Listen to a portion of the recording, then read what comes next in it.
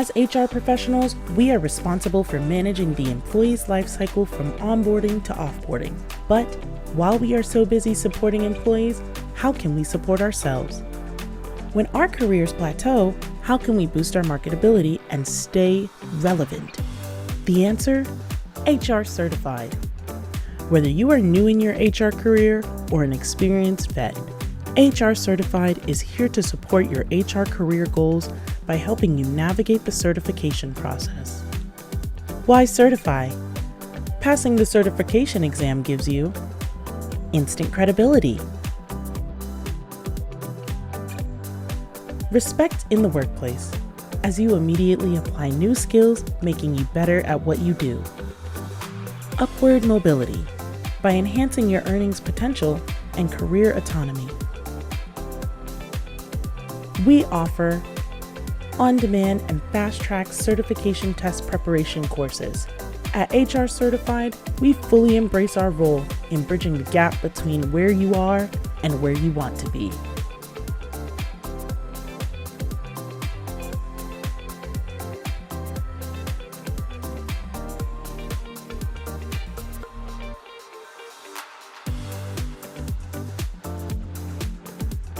Join over the 500 graduates before you. Take the next step in your career. Get HR Certified. To learn more, please visit www.gethrcertified.com.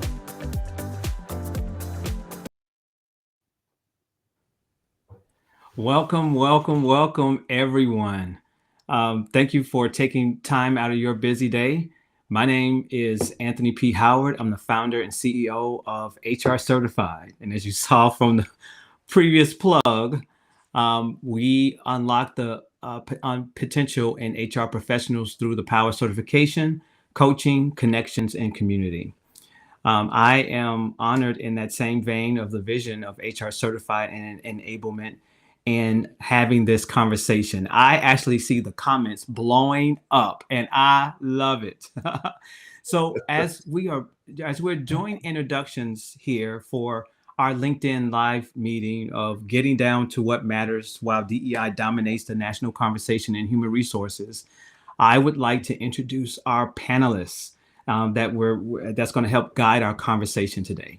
Why don't we start? And while I do that, go ahead and introduce yourselves in the chat. Where are you from? Where are you representing? And I see the comments. Thank you. I see you, Chelsea. I see you, Jessica. And also where are you from? I'll go ahead and highlight that as introductions are being made. Jason, can you introduce yourself to us? Yeah, sure. Hey, everybody. Nice to be on the call. Excuse the voice. Texas has started with the allergy season, so I'm struggling a little bit. But nice to meet you, Jason Butler. Again, down in San Antonio, Texas. Previously, I was leading HR and DEI for the Biden for President campaign, and then the Harris for President campaign.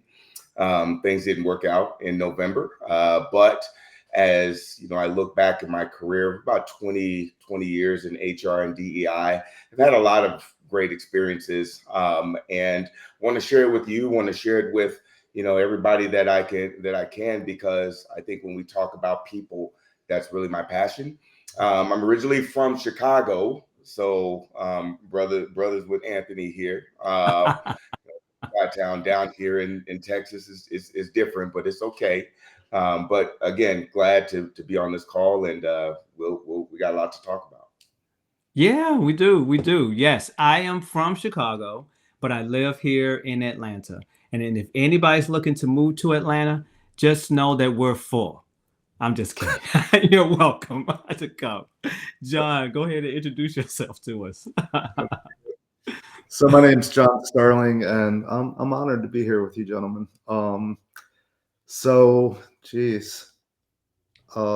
Jason didn't mention he's a humble man. He's a veteran, and I'm also a veteran. That's sort of where my story starts. Jason was in the U.S. Army. I was in the Air Force, and then I went to university. Went to University of Baltimore, and I was a teacher for quite a while. both in the U.S. and abroad, teaching adults, teaching at-risk kids with severe emotional disturbances, taught overseas, spent over 20 years as a management consultant. I built and led small management consulting firms, advised close to 400 companies over my career, from little companies you've never heard of to the Fortune 50, and set up a couple of youth programs, set up a free MMA school, mentoring in martial arts in Baltimore City for at-risk youth, and a girls soccer program in South Korea, where my wife is from.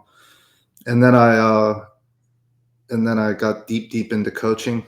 Always hired coaches, always loved mentorship, and became a coach. And then about 5 years ago, started a company called Potential. And Potential is it's a well-being assessment platform that helps people really sort of understand how they're doing and improve that, and helps HR understand how their people are doing. So that's my life story in 45 seconds.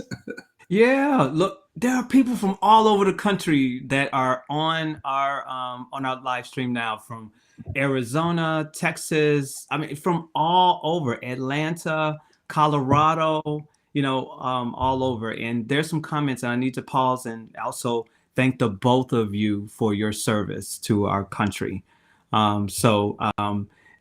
Military servicemen and women, they really mastered the art of the pivot into HR and everywhere else, right? Into this. Now, John. Yeah, that's right. Actually, Jason was infantry and then made the pivot to HR. So inside the military before he got into it. So it's amazing. Yeah. Pivot into HR and from Chicago to Atlanta. That's it. So, John, I hear about these pies. We talked about so we got a special prize for you guys. So, John, tell us about these pies. So, because you said potential, but we're talking about real pies. So, talk to us about that. Yeah, just for a second. Yeah.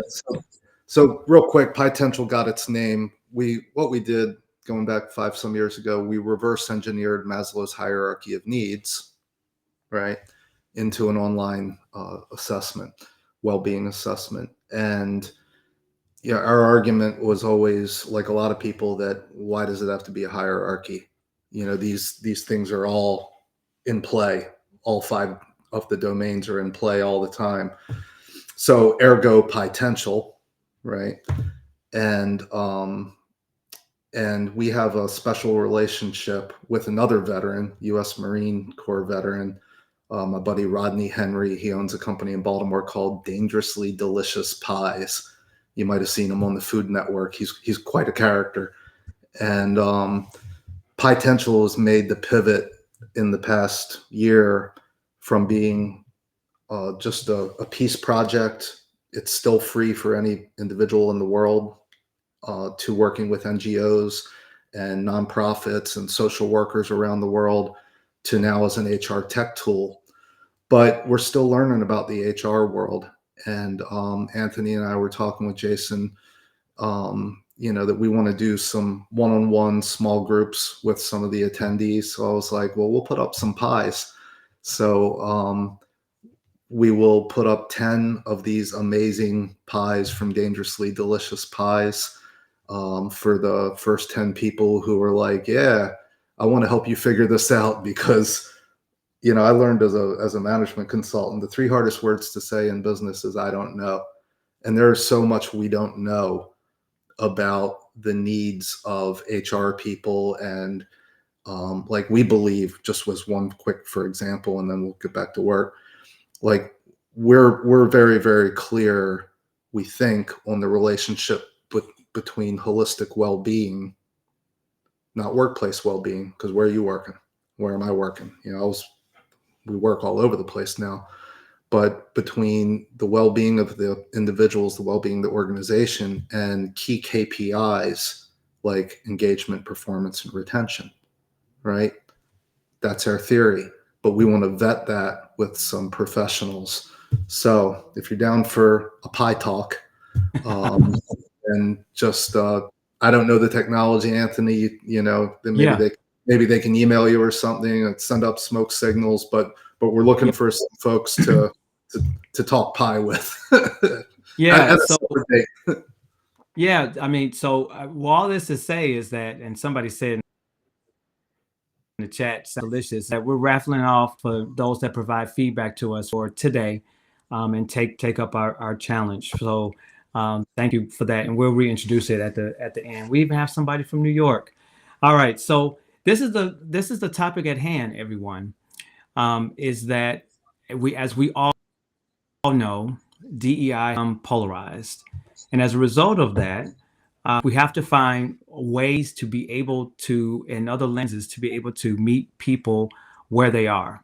But before we kind of go into that, I think the one thing that professionals love is to being able to provide context, right? DEI has been introduced into people from at different points. I didn't even know DEI existed. I thought it was an honors program in my earlier career, and then it became something else, and now it's polarized, right? And then everybody has a different view on it. So to just level set on where we are, I would love for Jason, especially in your deep background in DEI, to kind of give us kind of like the origins of DEI, and kind of like where we are here. And when I tell you guys, we went through a couple of dry runs of this. He gives the most awesome executive summary of DEI, right? So Jason, please help us navigate this. My father was a history teacher, so I've had this drilled into my head for years. But anyway, so as we kind of mentioned, DEI can sound new to people, that the conversation around DEI is new, but it really isn't. Kind of long before DEI was even a household term, there were efforts to move towards more equal rights for Americans. You can look in the late 1800s with the Freedmen's Bureau. This is coming after the Civil War and Reconstruction. Is that as Southern states were implementing Jim Crow laws, we saw that Congress was looking to establish more equity, more inclusion, with formerly enslaved people with the Freedmen's Bureau. So, I mean, we're going back to the 1890s, and nearly a century later, Black, Hispanic Americans, women, persons with disabilities, the Pride community, LGBTQIA plus community was still facing racism, discrimination, prejudice, and bias in the 50s and 60s. And so you saw the birth of the Civil Rights Movement, right? You saw the Civil Rights Act. You saw the Voting Rights Act. You saw affirmative action. JFK was actually the first president to actually use the term, and wanted to target racial bias kind of in the hiring practices of the government. But it wasn't until President Johnson, signed signed the Civil Rights Act and the executive order that prevented discrimination based on race, color, religion, sexual orientation, and so on. So now you fast forward to the 1990s, and universities and companies and corporations are starting to realize, hey, there's a financial benefit of having a diverse workforce, right? And we're using affirmative action, for more than just people of color overall. Is that we have veterans that are coming back from the Gulf War. We have persons with disabilities. We have women who were returning to work in the 80s, the 70s and 80s, and now looking to be in executive positions and executive leadership. And of course, more inclusive practices for people of color, Black, Hispanic, Asian, and so on, Native American, and so on. And that's what's interesting about DEI, is that it can sometimes get wrapped around just race and ethnicity and immigration and so on. But my wife and I, when we joined Accenture and Accenture Federal Services, we joined through a program that was geared towards increasing the number of veterans and military spouses in the workforce. And I think everybody can get behind that, especially coming after 9/11. But then we saw more efforts for single mothers, single parents. I kind of mentioned immigration status and so on, and accessibility, right? Increasing accessibility in the workforce. We saw that progression. But then we started to also see some backlash, right? We saw in the 90s that affirmative action was getting challenged in California, in Washington, and Michigan, where we saw court cases that were pushing back against it. But in the summer of 2020, with the murder of George Floyd, we kind of saw through video and actually seeing, what happened. We saw the tragedy unfold, and companies and corporations recognized as people were expressing how they felt, not just about what they saw, but what their lived experience was. And this is for everyone, what their lived experience was, and how they've kept it in. And now it came out, right? And I think people on this call can recount kind of the dramatic calls that you probably have been on, the courageous conversations, where, it wasn't just in the US, this was a global now kind of issue where we needed to kind of get back on track. And how do we create more of inclusive cultures? And these conversations are, can be uncomfortable, talking about the lived experience. And we saw that dramatic pivot in 2020 with companies and corporations, and now we're seeing the pendulum swing in another direction. There's kind of this allergic reaction to DEI, and now what we see is companies and corporations are, they are getting challenged by different conservative groups about the legality around DE&I. And companies are having to kind of reconcile that and understand from their own kind of perspective, where do we fit in this narrative? And regardless of which side you're on this, it is polarizing and it's emotional. But the bottom line is that we still need to move forward, and we're going to talk more about that today. And there's ways that we can do it. But that's a little bit about the history of DEI. Wow. Look, if you really leaned into that, please put 100 in the chat. Thank you so much, Jason, for providing all that deep history to where we are, right now. And John, I would love your perspective from a business perspective, from a CEO perspective, kind of like that insight from a CEO perspective in that journey of DEI. Anything you wanted to add to what Jason's history? Yeah, a couple things. Jason and I, like I said, we're both veterans. We have the advantage of having served in the greatest meritocracy and the most diverse meritocracy on the face of the planet, and that's the United States Armed Forces. Never experienced anything like it.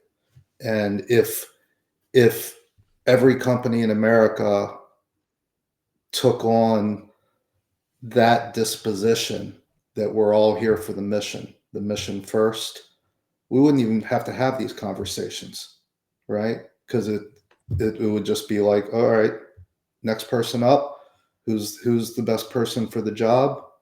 If you look at my life and Jason's life, case in point, Jason was an officer. I was enlisted, right? He outranks me by a long, long stretch. That's meritocracy. The military has always led the way back to the American Revolution and all that, in being integrated and meritocratic. So that's the veterans perspective. The CEO perspective,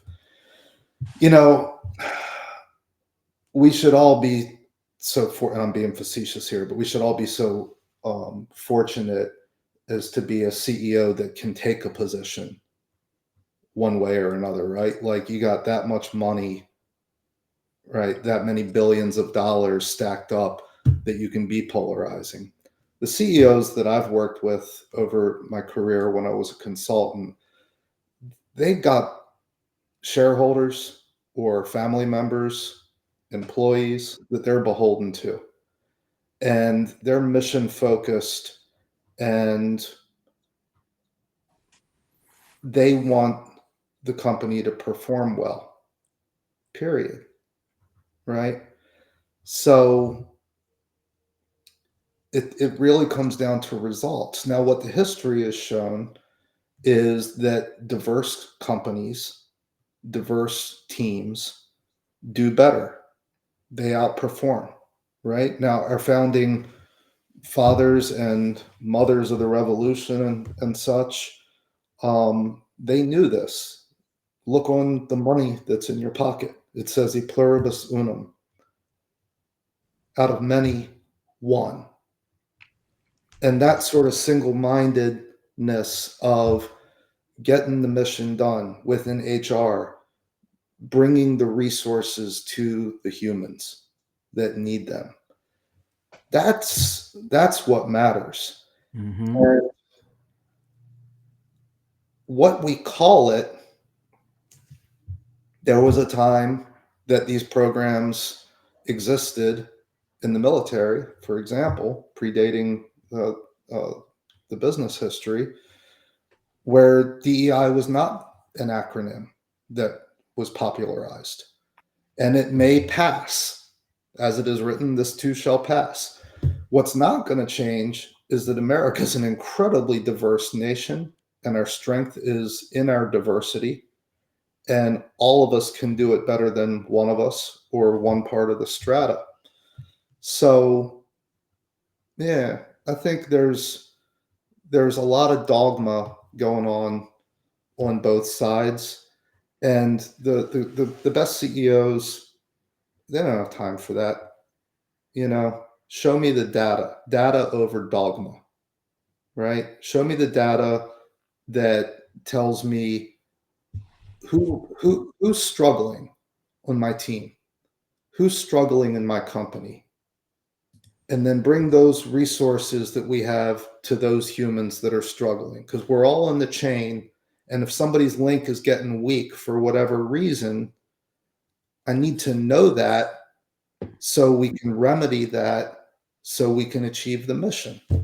That's really what it comes down to, Anthony. Now, if you look at the data objectively, the well-being data, and I think that's to the point here is you gotta control what you can control. I can control my well-being, and I can influence the well-being of the people that work with me and around me, right? So I'm focused on that, and I encourage people to focus on that.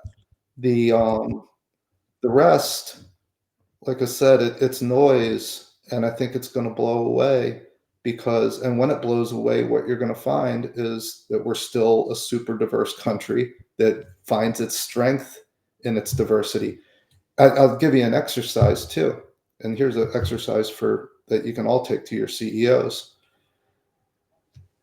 Analyze the well-being data objectively, right? And if it turns out that the African American women under 30 with a bachelor's degree or lower is a cohort within your company that's having a low sense of belonging, a low sense of safety, a low sense of security, bring the resources to those humans. What you call it, whether you want to call it DEI or taking care of your people, I frankly don't care, right? But before I get off my soapbox, I'll tell you one last thing and another thing.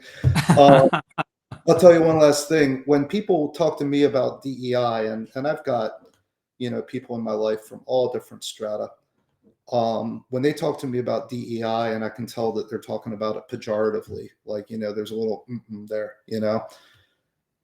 I won't talk with them about DEI. I'll talk with them about diversity, and I'll talk with them about equity, and I'll talk with them about inclusion. And that's a very different conversation, because it's easy to say that you're anti-DEI. It's much harder to say that you're anti-diversity. Well, I don't want equity. Really? You don't want equity?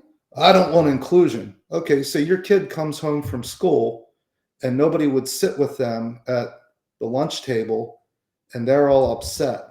And it's because they have, kids won't sit with them because of the color of their skin or because they have a disability or whatever. You're going to tell me that you're anti-inclusion? It's easy to brush off DEI. It's much harder to marginalize diversity, equity, and inclusion. Yeah. Yeah. Look, there was a lot of comments as it relates to if you guys were feeling what John and Jason was saying as it relates to this. And John, thank you so much for your perspective, because the recap on that is from a business perspective. At the end of the day, it's about strategy, right? It's about money. But also, yes, and it is about people, because it's the most valuable asset, right? So don't care what you call it. It's an opportunity. This, even though there's some disappointing aspects of it, it always creates opportunity. I had attended a chapter meeting for NAAA HR Atlanta, and a talent acquisition leader was there on the panel, and she said three words that was just very indicative of the type of leader that is going to be needed in this environment: human centric leadership. And those three words were, "Are you okay? Are Mm, you okay?" Leaders asking your people, "Are you okay?" Meeting them where they are, right? Very specifically. And then to your point, John, was the other part is, how do you get the organization to support leaders and supporting their people? And it's follow the data. yep. Follow the data, right? So with both of those things, it's more about and in the end, those impact strategy, Oh, right? Those things that strategy connected to people is engagement, performance, and retention. So with that with, is, I know as a HR with practitioner, real and quick, that are, oh, go ahead, John. oh, Anthony, I'm sorry to interrupt, but I just want to point out, and I think we get so engaged in engagement, performance, and retention, we miss the fact that those are lagging indicators. If you're looking at engagement, Mm, performance, and retention, it already happened. Well-being is now, and well-being is what drives engagement, performance, and retention. Anybody who's ever played a sport or been on a debate team or anything knows that when your well-being is good, you perform better, you're more engaged, and you're going to stick around. And I think it's just lost on a lot of people that we're chasing these lagging indicators. Like, what's driving that? I'm sorry to interrupt you, but I just no. Well, well, yeah. well. Back to that, and holistic, and thinking about holistic well-being, Jason. The dynamics of the workforce has changed, right? What people want, like, it's not about loyalty to a company or to a particular manager and those type of things. Like, well, I mean, I hear about Gen Z. If it's not working out, they're going to quit on orientation day. All right. So Jason, can you kind of give us that shift, because that's very important as it relates to meeting people where they are, Mm, is truly understanding the shift of the workforce, because this is the reality that there is a high number of a percentage of employees that are looking for new jobs passively, right? Mhm. The disengagement is at its highest level it's ever been, right? And it's there's that disconnect of being able to meet people where they are. Can you kind of go over kind of like that workforce shift, especially post COVID? Yeah, so coming out of COVID, what we saw was really an employee market. You heard about kind of the great resignation, right? People were saying, "Hey, if you don't have a good culture, I can go somewhere else." People on this chat, you probably remember when you got 3 or 4 or 5 LinkedIn messages from recruiters, calls and emails saying, "Hey, we've got these opportunities," and companies, were all of a sudden now really saying, "Hey, we need to wrap our arms around our people, and we need to, nurture that talent because they can go, they can leave." And we kind of are coming out of, George Floyd and COVID, and we're experiencing all these traumatic things, and so companies are really trying to wrap their arms around the people. Well, we're in a totally different world now, right? And to your point, we have, companies that have pulled back on their hiring, that have let go of, thousands of employees. people have kind of reverted back to their protectionist kind of mentality, protecting kind of their space and their peace, saying, okay, I'm not going to stand up and challenge the CEO in meetings anymore. I'm not going to push back with my boss. I'm not going to leave without a job already in place, but I'm planning, right? I'm strategizing and I'm kind of laying the groundwork. And this is exactly where we were pre-COVID, pre-George Floyd. We had people that were kind of, holding it, together as much as they could. And we're going to switch back at some point where the pendulum's going to swing, and these companies that that have this talent, all of a sudden there will be a great exodus, and it'll be a shock, and we as HR leaders, we won't know why our attrition is so high, and we will pull up our engagement survey. I'll talk about that in a second. We'll pull up our engagement survey and wow, everything looked good here, right? And nobody stopped to say, wait a minute, did we meet people where they were on this survey, on this engagement survey? Were we talking, or were we asking people about how they were doing, or were we asking people how do they like the break room, how do they like their manager, how do they like, I don't know, Taco Tuesdays, whatever, right? First Friday.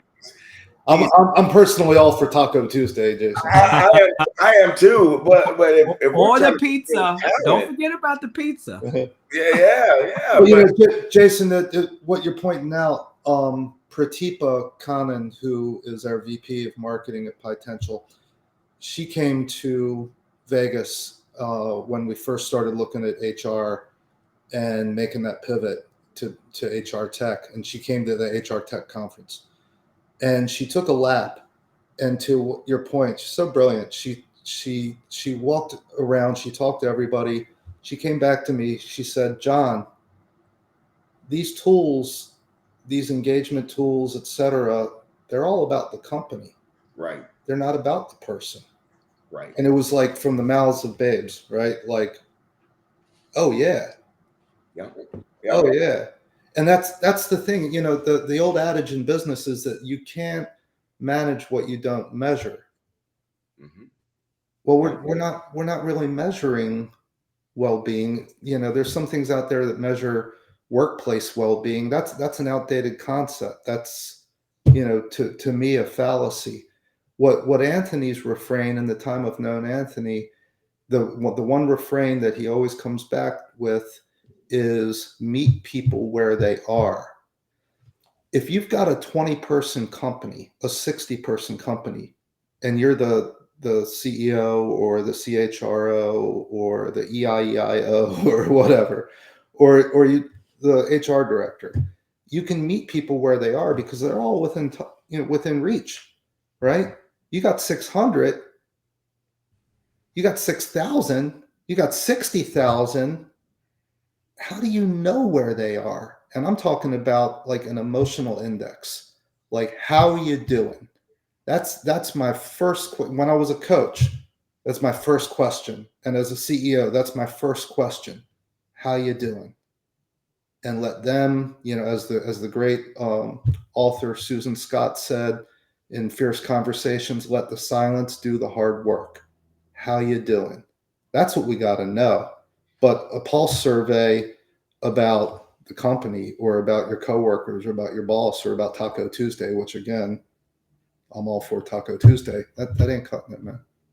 Yeah. And there's some comments, and Tiffany Somerville is dropping some knowledge in the comments section. But to Lynn Lee's point, as engagement, as we have kind of, as we've laid out these questions, and as John, kind of talked about, is a lagging indicator, right? This stuff has already happened, and don't catch me on a bad month, right? Or a bad, week where now I have to take this survey and I just got in an argument with my boss and I got passed over for this promotion, and the organization's terrible and everything's terrible, right? And so these point in time surveys have not worked. When we're talking about well-being and understanding me throughout the year, right, that now we're talking about more leading indicators that can really get a sense for, to Anthony and John's point, like, how am I doing? And Mhm. one other aspect are outliers, because through these approaches, on an organizational level, there are people, outliers that are not addressed. And I'll use HR, for example. We'll have that same survey, and human resources is not going to tell the truth as it relates to how they truly feel. So we're left out automatically because we are looking at the results, we're looking at the comments, but it's not truly reflective of what we're going through. And you wonder why HR is so stressed out today, right? Because we've always been an outlier.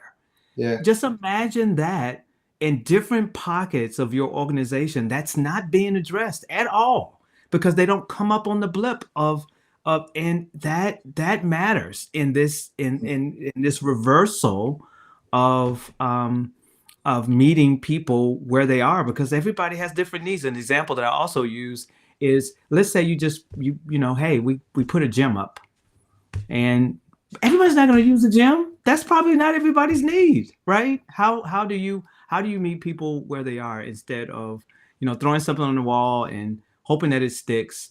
And I just posted something yesterday that said, why spend all of this trying to hire new people when there's an opportunity to figure out why people want to leave in the first place? and Hmm. and this these are things that Yeah. ways to be able to do that. Now, John, we had talked about, you know, with holistic well-being, there was this word, a term that you had talked about. Mm. Can you talk about that? It was Yeah. Equanimity. equanimity. Yeah. Yeah. Yeah. Equanimity is being able to be steadfast, calm, mindful, self-aware.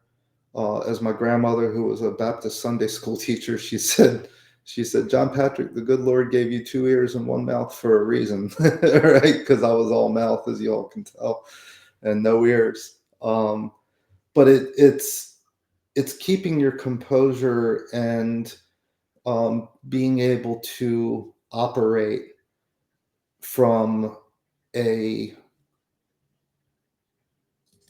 a high operational state, right?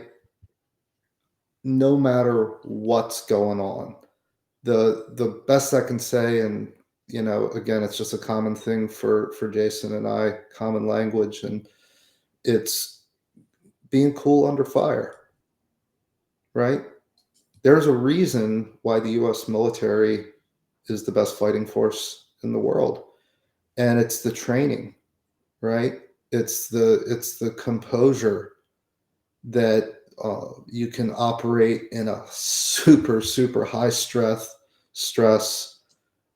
high stakes, literally life or death environment, and do two things: take care of yourself, and I think that's what Anthony was talking about. That HR, everybody's at risk, but HR is at risk of becoming sort of a drowning lifeguard because they're taking care of everybody else.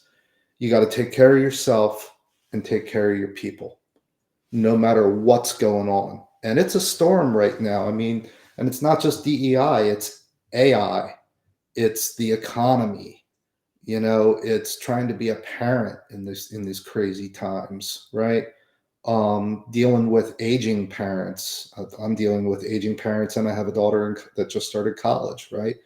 Luckily, I have an amazing partner for 25 years next month, to get Congratulations. get through it Congratulations. all. But yeah, equanimity. And again, if you break down diversity, equity, and inclusion, and I'm not looking for arguments with people, but when people want to say, people want to poo-poo DEI, and I've benefited from DEI, by the way. The military that I was reared in, that was a quote unquote DEI culture.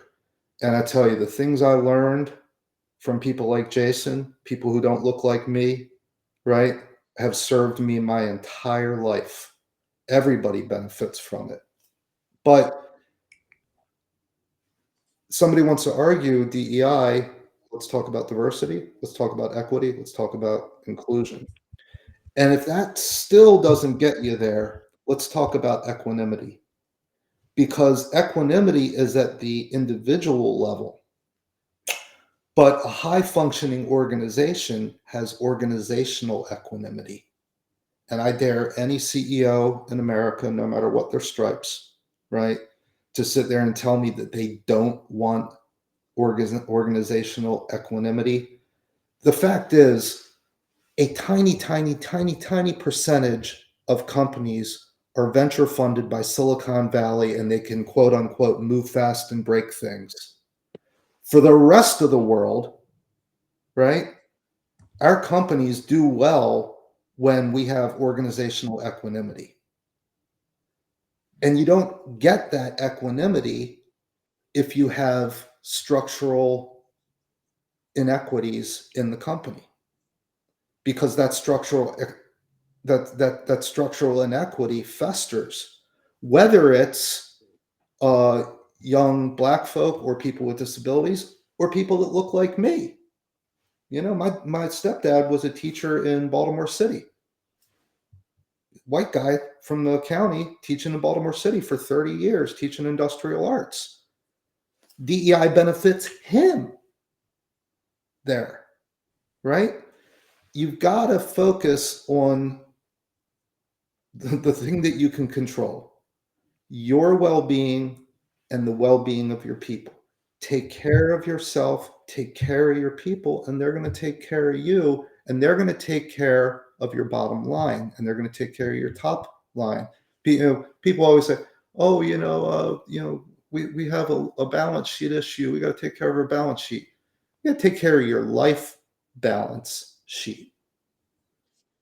Wait a minute. Is there a silent? Can I? When you do this, like I don't know if I'm doing it right. Right? I'm doing the silent clap. I'll give you the marshmallow clap. Okay. Yeah, you know. that's it, man. You know, you got to be a well-being warrior, Anthony, and that's why. And I just want the group to know.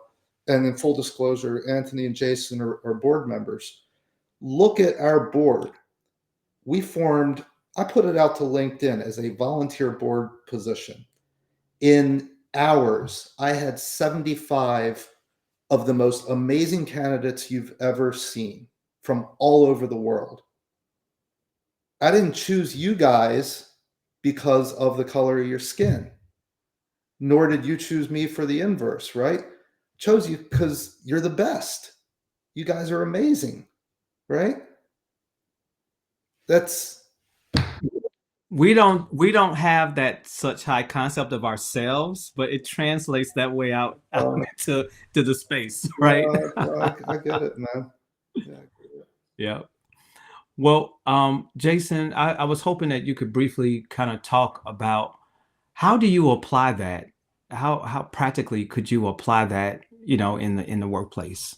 How could you go from this from employee well-being to holistic well-being? How could that manifest, and what tool could we use to do that? Yeah, I think we're kind of talking about the tool here that we can use with potential, and I think when we are talking, and we've talked about this from a DEI standpoint for many years, is the data, is how do we dig into the data, and so that we know where we need to deploy resources, right? That it's not just hey, I've got this gut feeling. I'll give you a really quick example. I was the senior director of DEI and HR at a company called Danaher, and went to an operating company and heard a lot about what was happening specifically with people of color as far as kind of their different experiences. But as I got on the ground and I started to, dig in and deploy kind of the surveys as we've created it, we actually found that it was more disabled veterans, right, who were majority kind of white, that was having the most kind of disengagement. And it was kind of a check yourself moment where it was, okay, well, man, I had a preconceived notion of what I was going to walk into, and it totally wasn't it. And so as we're talking about how we deploy, these kind of well-being resources, poll surveys, we've tried it, right? Some people can feel over-surveyed. Again, we're not getting at the core issues. We're not capturing the data. It's not sophisticated enough, right? Because there's not a lot of materials out here for us as HR leaders to use. It's not sophisticated enough for us to quickly, as leading indicators, get to people and their issues. And I see here in a chat, someone's asking about kind of the impact of DEI on different generations and the workforce. And I would say that for me, being a Gen Xer, right, we never talked about politics, religion, any of this stuff in the workplace. And so DEI essentially wasn't necessarily a big thing for me coming up.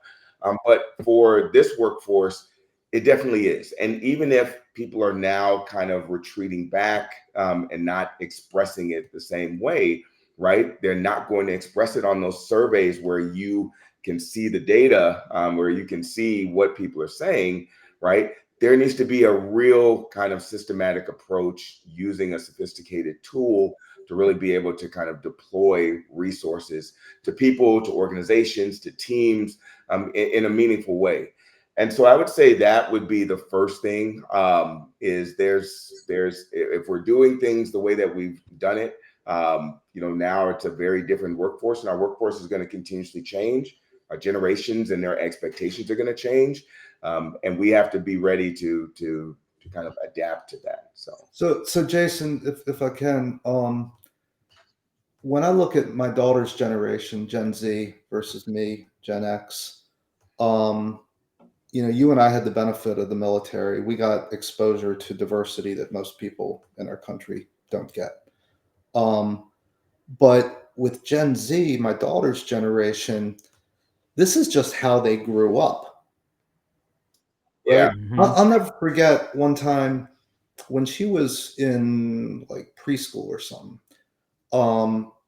She said, I want to go play with that boy. And I said, which one? She said, the one in the yellow shirt. My generation was said the black boy. To her, it's the boy in the yellow shirt. And that never changed. It's still the boy in the yellow shirt for her and for her generation. Yeah. Right? There's an old saying in coaching that says, never ask a fish, how's the water? Because the fish doesn't know. Fish has been in water all its life. That's its context. To the question in the chat, for Generation Z, they have lived with diversity in sports, in education. It's like, yeah, the grass is green. Like, what else is new?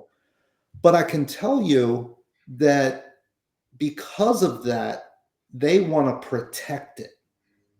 Mm-hmm. Now, whether we call that DEI or another acronym or whatever, they don't want it to go away because they know they've played on the teams, they've done the group projects in school, they've done the internships. They know that out of many, one, pluribus unum, and that makes us stronger. That makes us a stronger team, a stronger company, a stronger nation, a stronger world. They want that protected. And I really think that, this whole turmoil, right, is going to be settled. I have so much faith in Generation Z. I think it's going to be settled by them. We're going to oversee it until they take the torch, we, Generation X. But I really think that they're going to settle it because they're a practical generation, believe it or not. The millennials, I don't know, but the Zs, they're a practical generation. They want results. And they know that they get results when they're on strong teams, and strong teams are diverse teams. So that's for what it's worth, Well, I mean, we've talked about a lot today. Like, we were just chatting that all the topics that we talked about could be its own LinkedIn event. So just as in summary, we're at this place, but there's an opportunity for us to reframe it because the mission is still the same. Also knowing that people have unique needs and drives from an organizational standpoint, and meeting them where they are is the key to engagement, which leads to performance, which leads to retention. It's about driving it through data, not your feelings, right? And that data allows you to be able to get the support that you need to have a different lens towards the workforce to make sure that no one is left behind. And yet you're meeting people where they are. And then all of that is a word that I hadn't heard before, equanimity is the mission, because from a CEO's perspective, at the end of the day, it's about really getting it done, the results done, right? Where do we need to pull our resources to get them there? And when I tell you all of, oh my goodness, there's all the comments, and I wanted to give just a chance for those that are in the audience right now, that if you have questions for our panelists, for John and Jason, please. I mean, they were giving each other nuggets while we're talking. But if you have questions for Jason and John and myself, please put them there. And even if you're looking at this as a recording, that I have committed John and Jason to come back to this event on LinkedIn to answer your questions. And if you loved what you hear, also please give us your feedback. We're going to follow up with you with a quick survey, as well as an open invitation to tell us, how are there topics here that we need to continue? Are there some things that we can do differently? Should we do a part two? Yeah. Should we do a part two of this, right? And this balanced approach is very important. So as these questions are queuing up, I wanted to go ahead and turn it over for kind of like final thoughts. Jason, what are some final thoughts that you want to give to our audience? Yeah. So Tiffany, kind of great. Hold on, bring it up. I'm gonna bring it up. Okay. Tiffany Somerville, organizations are a microcosm of society. I mean, we know that.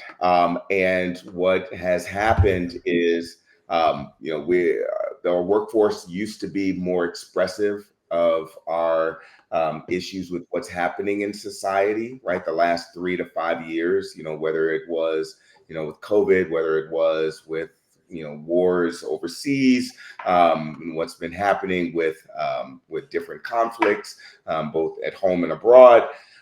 And we've started to kind of retreat back. And as executive leaders, as business leaders, need to understand that, just because we're not, or that people aren't expressing, these sentiments, as freely as they did in the past, doesn't mean that it's not there. And further down, I think I mentioned, that there'd be this mass attrition in, HR leaders. I don't know why. And I forget who said, no, we know why, and we will. And, as we did in 2020 and 2021, we'll sit there and kind of look at the people who have the confused look, why are the people leaving? And we'll say, we tried to tell you, right? And so I think opening our ears and listening to our people and understanding that, what's happening in the workforce is just a smaller version of what's happening out there in the world is critical. Awesome, Jason. John. We covered a lot of ground. We did. We tend to do. Couple things. One, I think most importantly for me, data over dogma. Different people, different strokes for different folks. Some people are all about DEI. Some people are not. But you want to get the mission done, you've got to follow the data. There's dogma on both sides. There's dogma on the left. There's dogma on the right. The data will tell you which humans you have got to bring resources to, human resources. Back to coaching, there's an old saying in coaching that says, to the fish, water. to the birds, air, to the humans, being. I want to know how my team is being, right? I want to know how they're doing. And I would say, within the context of HR, to the fish, water, to the birds, air, and to the humans, resources. The problem is resources are finite. Every company has a budget. And where do you put those resources? Everybody in HR has got these labyrinthine ecosystems of platforms and benefits and all this kind of stuff. And it's hard to know like what's working and what's not working, right? You got to analyze that. And then on the, like I said, we started Potential about 5 years ago as a peace project. I grew up, in poverty. And when I, did what I did with my life, I wanted to do something good for people. So we have kept Potential free for everybody in the world. Any individual user, we license it to, NGOs, nonprofits, companies, educational institutions, whatever. But any individual in the world can use Potential. It's a full version. They can do it for free. And so I would just say my call to action, besides if you want to have a one-on-one with me and my team and help us, figure out this transition to HR, then you've got a dangerously delicious pie on your way. But my other call to action, back to our peace project, is if you know people who are struggling, who can't afford a coach, maybe don't have insurance, can't get a therapist, don't have a mentor, then turn them on to Potential. It's not the end all be all. It's not the answer to life, the universe, and everything, but it's a conversation starter with yourself that you can go on and take the assessment. It instantly spits out a pie chart that shows you your well-being. And for most people, that's a gestalt moment because they've never seen their well-being visualized. And then it gives them feedback and direction. And when they log back in, it starts to track their well-being over time so they can see, as Jason said on a meeting one time, if they're winning, what areas they're doing well, what areas they need improvement. It gets them into a bigger conversation with themselves. And I think that's what heals the world. So that's why I'm here.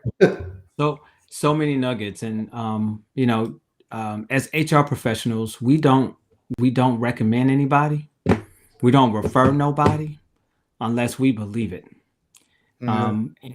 For those of you who've been following my journey, I came on the board as a result of looking for resources in which HR people can have a more of a focus on themselves. Because how can we show up for others if we're not okay?